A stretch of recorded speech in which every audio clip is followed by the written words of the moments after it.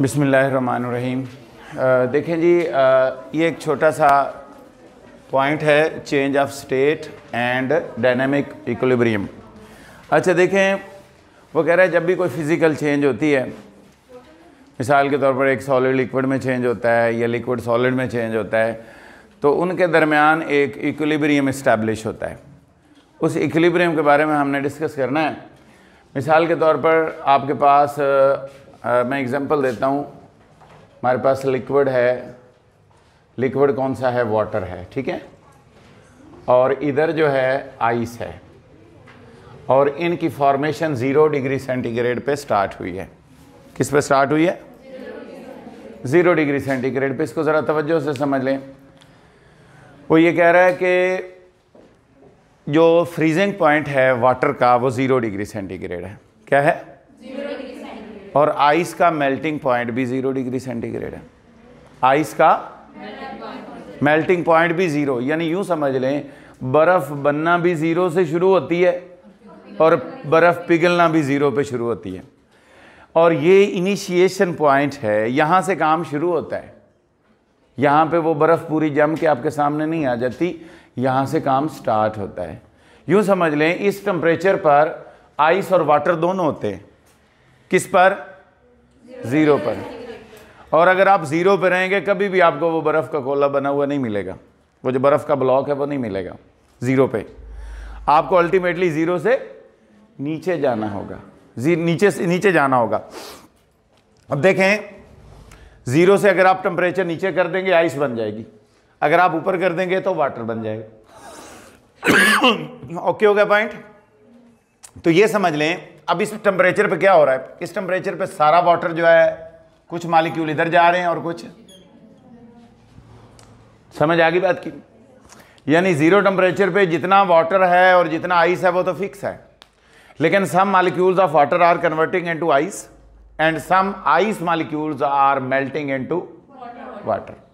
और ये काम रैपिडली जारी है, यानी ओवरऑल किसी तरफ नहीं जा रहा सिस्टम किसी तरफ जाने से मुराद ये है ना तो बर्फ की अमाउंट ज्यादा हो रही है ना वाटर की ज्यादा हो रही है, दोनों कांस्टेंट है, दोनों कांस्टेंट। लेकिन दोनों कांस्टेंट होने के बावजूद सिस्टम स्टेशनरी नहीं है, साकन नहीं है सिस्टम।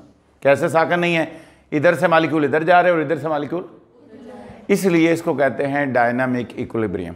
क्या कहते हैं? मतलब molecules are moving, molecule move कर रहे हैं और सिस्टम जो है वो ओवरऑल जो है इन एनी डायरेक्शन जो है मूव नहीं कर रहा। इसीलिए है भी इक्विलिब्रियम और है भी क्या? डायनामिक। क्लियर? तो ये कह रहा है कि किस तरफ जाएगा, ये बेसिकली गोल होता है किसी भी चेंज ऑफ स्टेट का। ठीक है, चेंज ऑफ स्टेट जब भी होती है तो उनके दरमियान इक्विलिब्रियम इस्टेब्लिश होता है। क्लियर? अब आगे है लिक्विड क्रिस्टल्स। एक साइंटिस्ट है, उसका नाम है फ्रेडरिक रेनेटेजर। क्या नाम है? 88 में 1888 में ये ऑस्ट्रिया का रहने वाला था। केमिस्ट नहीं है ये, बोटेनिस्ट है। बॉटनी से इसका ताल्लुक है, केमिस्ट्री से नहीं है। अच्छा, ये एक ऑर्गेनिक कंपाउंड जो है उसको मेल्ट कर रहा था, उसका मेल्टिंग टेम्परेचर, बॉइलिंग टेम्परेचर, ये चीज़ें फाइंड कर रहा था। अब जब उसने एक ऑर्गेनिक कंपाउंड कोलेस्ट्रॉल बेंजोएट को स्टडी करना शुरू किया, इसके बारे में पूरी हिस्ट्री है जो कि आपकी बुक में मौजूद नहीं है। उसने लिखा है, मतलब मुख्तलिफ जो है इसकी जो असल फैक्ट है वो ये लिखते हैं, कहते हैं कि इसको खुद भी नहीं पता था। ये कोलेस्ट्रॉल बेंजोएट लेकर उसको मेल्ट कर रहा था, उसको पिघला रहा था और उसकी बेसिकली बना रहा था क्रिस्टल्स। अब आप लोगों के ज़हन में आ जाना चाहिए व्हाट इज़ क्रिस्टलाइजेशन, कि उसको मेल्ट करके फिर कूल करें, बॉयल करें, मेल्ट करें हाई टेम्परेचर पे और फिर उसको कूल करें। जब कूल करें तो वो क्रिस्टल बन जाए, ऐसे ही है ना। अब यहाँ पर देखें, वो ये इसके बारे में ये लिखा जाता है कि ये जो फ्रेडरिक रेनेटेजर है ये कोलेस्ट्रॉल बेंजोएट को लेकर मेल्ट कर रहा था, क्लियर सोल्यूशन भी बना रहा था, फिर उसको दोबारा क्या कर रहा था? लिक्विड यानी सॉलिड में कन्वर्ट कर रहा था, कूल कर रहा था। जब कूल करता था तो उससे क्रिस्टल नहीं बनती थी, उससे क्रिस्टल नहीं बनती थी। उसने 2-3 दफ़ा इस प्रोसीजर को रिपीट किया। इवन ही शो टू है सुपरवाइज़र को भी शो करवाया कि ये what is the process, what is the fault in this मतलब सिस्टम, इस सिस्टम के अंदर क्या नक्स हो सकता है। लेकिन जब उनको 2-4 दफ़ा प्रोसीजर रिपीट करने से भी कोई फाइनल जो है क्रिस्टल्स नहीं बनी, तो उन्होंने इसको एक नई चीज़ की डिस्कवरी का नाम दे दिया। उन्होंने कहा कि ये हो सकता है एक नया सिस्टम हो, और उस नए सिस्टम का नाम लिक्विड क्रिस्टल रख दिया। अब देखिए उसने किया क्या, उसने कोलेस्ट्रॉल बेंजोएट लिया, उसको क्या किया, उसने कहा कि 145 पे वो मिल्की लिक्विड में कन्वर्ट हुआ। ये टेम्परेचर याद रखना, 145 डिग्री सेंटीग्रेड पे किस में कन्वर्ट हुआ, और फिर जब उसको क्लियर सोल्यूशन बनाया तो वो 179 सेंटीग्रेड पर क्लियर सोल्यूशन बन गया। 179 पर फिर उन्होंने क्या किया, कूल किया। क्या किया? अब जब लिक्विड को कूल करेंगे तो उसने तो सॉलिड बनना था, लेकिन वो सॉलिड और लिक्विड के दरमियान में एक नया फेस बन गया, टर्बिड फेस।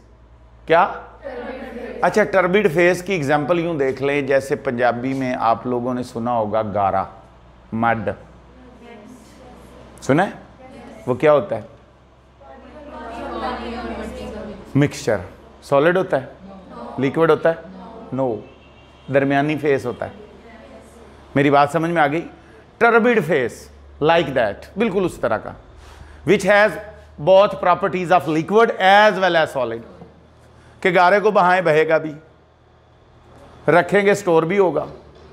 कुछ प्रॉपर्टीज उसकी सॉलिड की तरह होंगी, कुछ बिल्कुल यहां पर ऐसे ही कहता है लिक्विड को जब हमने कूल किया तो वो क्रिस्टल और लिक्विड के दरमियान में एक नया फेस बन गया, जिसको हमने लिक्विड क्रिस्टल्स का नाम दे दिया। समझ आ गई बात की?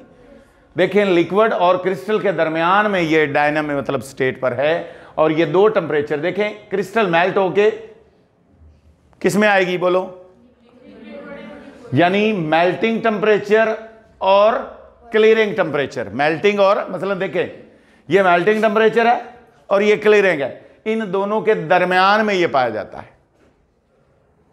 ये क्लियरिंग टेम्परेचर है, 179 पे क्लियर सॉल्यूशन बना, और ये क्या है, इस पे वो मिल्की लिक्विड बना, मेल्टिंग टेम्परेचर है। मेल्टिंग और क्लियरिंग के दरमियान में जो फेस है उसको हम लिक्विड क्रिस्टल कहते हैं, उसको हम the turbid liquid phase, the turbid that exist, जो पाया जाता है बिटवीन टू टेम्परेचर्स, बिटवीन कौन कौन से temperature, melting temperature and is called liquid crystal, is called. समझ आ गई है? कोई कंफ्यूजन है तो पूछ लें। Properties of liquid crystals. अब जाहिर बात है, मैंने आपको बताया है कि ये लिक्विड और क्रिस्टल्स दोनों, यानी क्रिस्टल मीन सॉलिड, सॉलिड और लिक्विड दोनों तरह की प्रॉपर्टीज को शो करेगा। लिक्विड और सॉलिड दोनों तरह की प्रॉपर्टीज को शो करेगा। मसलन देखें, सबसे पहले हम लिक्विड्स की बात कर लेते हैं। कुछ आपको पता है लिक्विड की सबसे पहली प्रॉपर्टी फ्लूइडिटी, फ्लूइड की तरह, ये मैंने आखिर पे लिखा है, फ्लूइड की तरह। जब कोई चीज फ्लूइड होगी तो इसका मतलब उसके अंदर विस्कोसिटी भी होगी। विस्कोसिटी का पता है ना? रेजिस्टेंस, एक लेयर की दूसरे लेयर के साथ resistance, viscosity, surface tension, viscosity, surface tension, ये वो प्रॉपर्टी है जो लिक्विड की प्रॉपर्टी है, और वो लिक्विड क्रिस्टल भी शो करेंगी। वो लिक्विड, ये मैं इसके बारे में बाद में बताता हूं। They possess some degree of order as well. Degree और ऑर्डर जो है लिक्विड में नहीं होता। क्या होता है? लिक्विड में कहा मॉलिक्यूल की तरतीब होती है, मॉलिक्यूल मूव कर रहे होते हैं।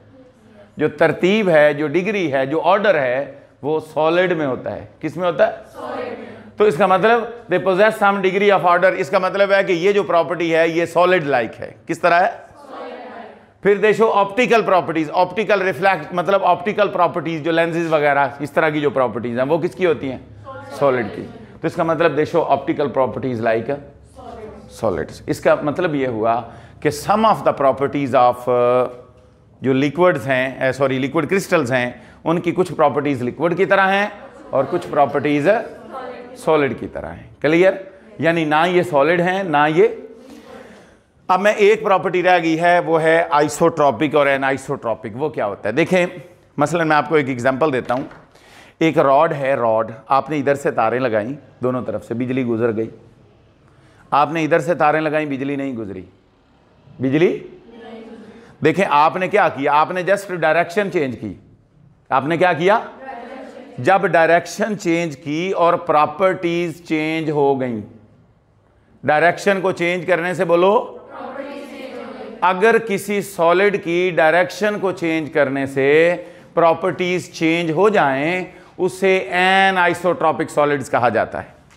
अगर किसी सॉलिड की प्रॉपर्टीज डायरेक्शन को चेंज करने से चेंज हो जाएं, ऐसे सॉलिड एन आइसोट्रॉपिक सॉलिड कहलाते हैं। क्लियर?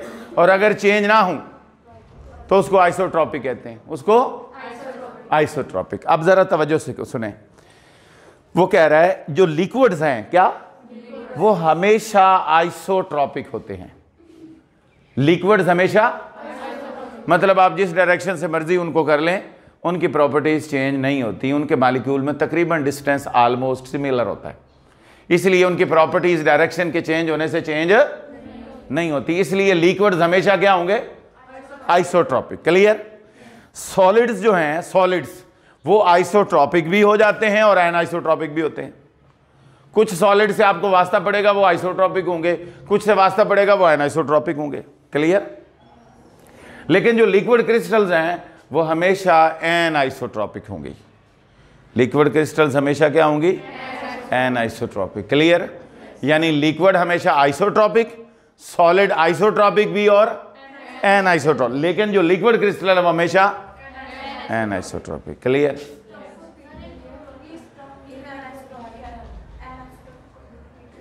मैंने कहा है कि अगर आप डायरेक्शन, किसी भी सॉलिड की डायरेक्शन चेंज करें, किसी सॉलिड की डायरेक्शन चेंज करें, मसलन ये डायरेक्शन इधर है या इधर है, ये डायरेक्शन चेंज होगी ना, तो डायरेक्शन चेंज होने से उसकी प्रॉपर्टी चेंज हो जाए।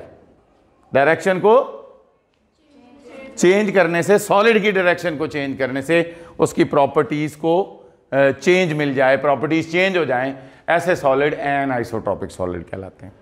समझ आई? क्लियर हुआ? मैंने आपको सादा सी मिसाल दी है कि ये एक रॉड है, इसमें आपने इधर से तारें लगाई हैं, ठीक है? जब आपने इधर से तारें लगाई हैं, बिजली गुजर गई है, क्या हुआ है? अब आपने इधर से तारें लगाई हैं, ये भी तो रॉड ही है ना, लेकिन क्या किया? डायरेक्शन बदल ली है। क्या किया? अब इधर से तारें लगाई हैं, बिजली नहीं गुजरी, तो बिजली क्या है? बिजली का गुजरना क्या है? एक प्रॉपर्टी है ना। और बोलो, अब प्रॉपर्टी चेंज हो गई है। कैसे चेंज हुई है? आपने डायरेक्शन बदली है, चेंज हो गई है। समझ आ गई? अगर चेंज ना होती, अगर चेंज तो ये सॉलिड कहलाता आइसोट्रॉपिक, और अगर चेंज हो गई है तो ये सॉलिड क्या कहला रहा है? अब समझ आई? यानी अगर सॉलिड की प्रॉपर्टीज किसी भी सब्सटेंस की, जरूरी नहीं है सॉलिड की, अगर किसी भी सब्सटेंस की डायरेक्शन को चेंज करने से प्रॉपर्टीज चेंज हो जाएं, तो उसको हम एनाइसोट्रॉपिक कहते हैं, और अगर चेंज ना हो आइसोट्रॉपिक। तो लिक्विड क्रिस्टल्स क्या हैं भला? एनाइसोट्रॉपिक। शाबाश। तो ये हमारा हो गया। अब आगे इनकी टाइप्स हैं। टाइप्स जो हैं इनकी 3 हैं। सबसे पहले मैंने लिखा है निमैटिक। निमैटिक जो वर्ड है, ये एक आई थिंक ग्रीक वर्ड नीमा से निकला है, नीमा, NEMA, नीमा। नीमा मीन थ्रेड लाइक। कैसे? थ्रेड लाइक, ठीक है। इनकी प्रॉपर्टीज जो है, इनकी शक्ल देखने से आपको सही पता चलेगा। स्मैक्टिक जो है, स्मैक्रिकोस से निकला है, ज़्यादा डिटेल है ही नहीं इसके अंदर, बस नाम ही याद रखने। कोलेस्ट्रिक जो है वो मतलब इनमें ना थोड़ा थोड़ा फ़र्क है, एक में थोड़ी लीस्ट ऑर्डर्ड हैं, दूसरे मोर ऑर्डर्ड हैं, तीसरे in the form of layers हैं। समझ आ गई बात की? क्लियर हो गया पॉइंट? बस इनके नाम याद रख ले, निमैटिक, स्मैक्टिक और कोलेस्ट्रिक, ठीक है। बुक में ज़्यादा डिटेल है ही नहीं। Okay, no need of this thing. Nematic, smectic और कोलेस्ट्रिक, निमैटिक, स्मैक्टिक और कोलेस्ट्रिक। क्लियर? निमैटिक, स्मैक्टिक और कोलेस्ट्रिक। इसमें इतना सिर्फ है कि ये लीस्ट ऑर्डर्ड हैं, मतलब इनमें अरेंजमेंट काफ़ी हद तक डिफरेंट है, कोई अरेंजमेंट डिग्री नहीं है मॉलिक्यूल्स की। ओके, ये मतलब जो हैं मोस्ट ऑर्डर्ड हैं, ये उनसे समझ ले ज़्यादा ऑर्डर्ड हैं, ये उनकी ज़्यादा तरतीब है। और ये जो कोलेस्ट्रिक है, ये लेयर की शक्ल में होते हैं। किस शक्ल में होते हैं? लेयर की शक्ल में। ओके, मतलब लेयर्स बनी हुई है क्रिस्टल्स की, मॉलिक्यूल्स की। ओके, ये भी मैंने आपको एक्स्ट्रा बात बताई है, ये भी बुक में नहीं है।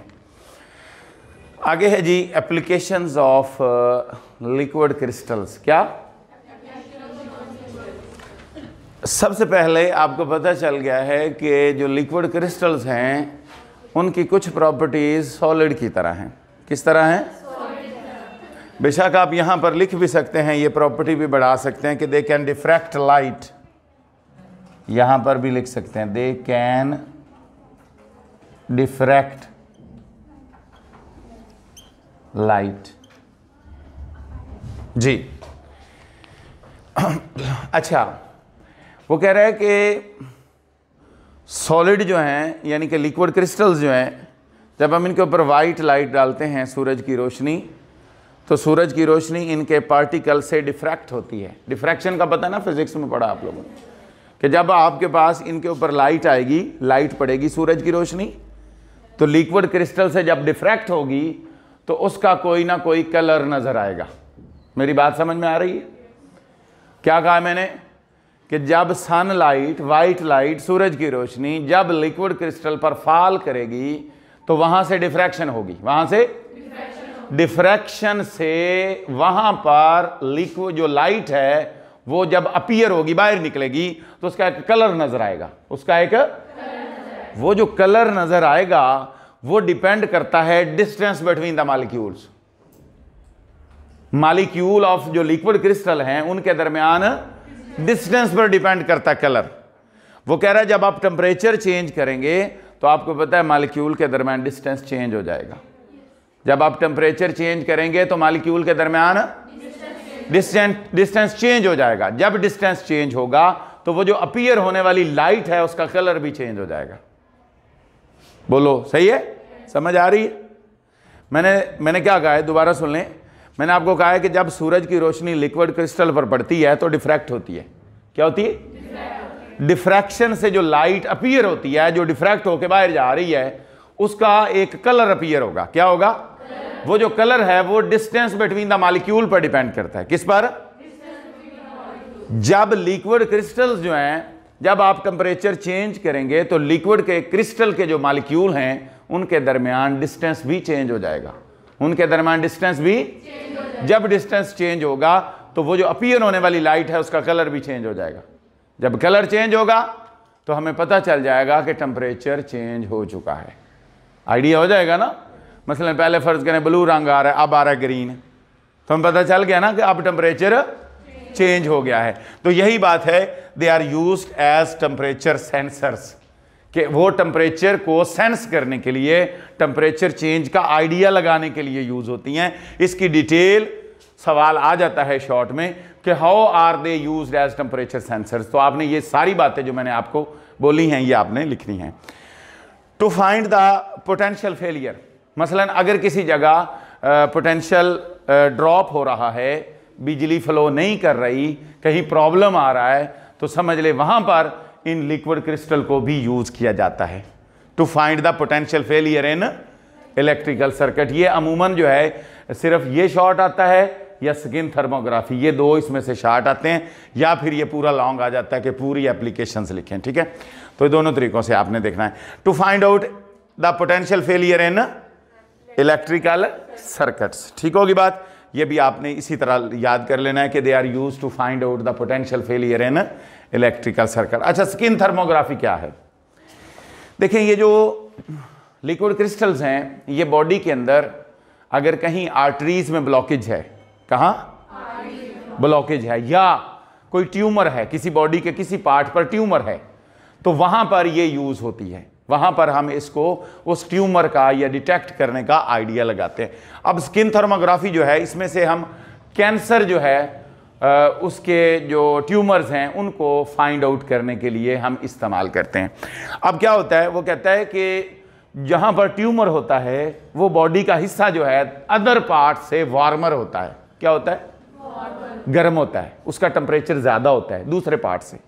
उसके ऊपर लिक्विड क्रिस्टल को पेंट करते हैं, किसको? जहां पर शक होता है कि यहां पर लिक्विड क्रिस्टल, यहां पर ट्यूमर है, उस पर लिक्विड क्रिस्टल का पेंट करते हैं। वो कह रहा है कि जैसे लिक्विड क्रिस्टल का पेंट करते हैं तो टेम्परेचर वहां पर वैसे डिफरेंट होता है, तो वो जो हिस्सा है वो कलर ब्लू कलर में अपीयर हो जाता है। किस कलर में? ब्लू कलर में अपीयर हो जाता है, और हमें पता चल जाता है कि यहां पर क्या है, ट्यूमर प्रेजेंट है।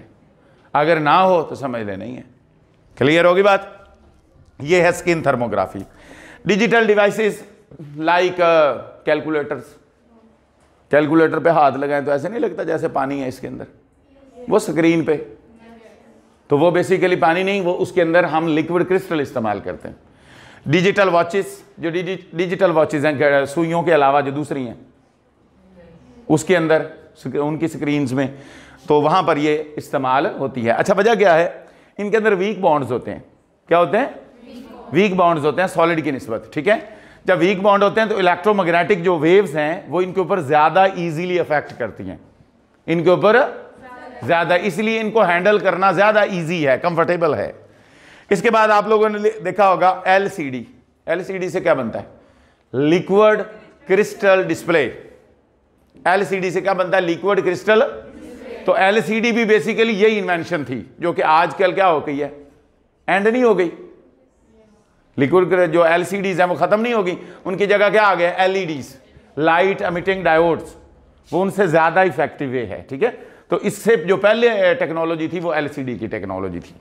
इसके बाद ऑसिलोग्राफ, ये भी एक मशीन, मतलब उसके फिजिक्स में यूज करते हैं ऑसिलोग्राफ्स। और टीवी डिस्प्लेज, टीवी मतलब जो स्क्रीन्स हैं उसके अंदर भी हम इसको इस्तेमाल करते थे। और यहाँ पर एक रह गया है क्रोमेटोग्राफी।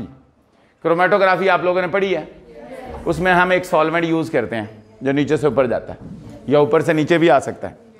वो जो सॉल्वेंट है उसके तौर पर हम कहीं कहीं जो है लिक्विड क्रिस्टल का भी इस्तेमाल करते हैं कि liquid crystals can also be used as a solvent. Liquid crystals can also be used as a in chromatographic techniques. Okay होगी बात? तो ये था आज का हमारा लेक्चर। इसमें कोई कंफ्यूजन है तो पूछ लें।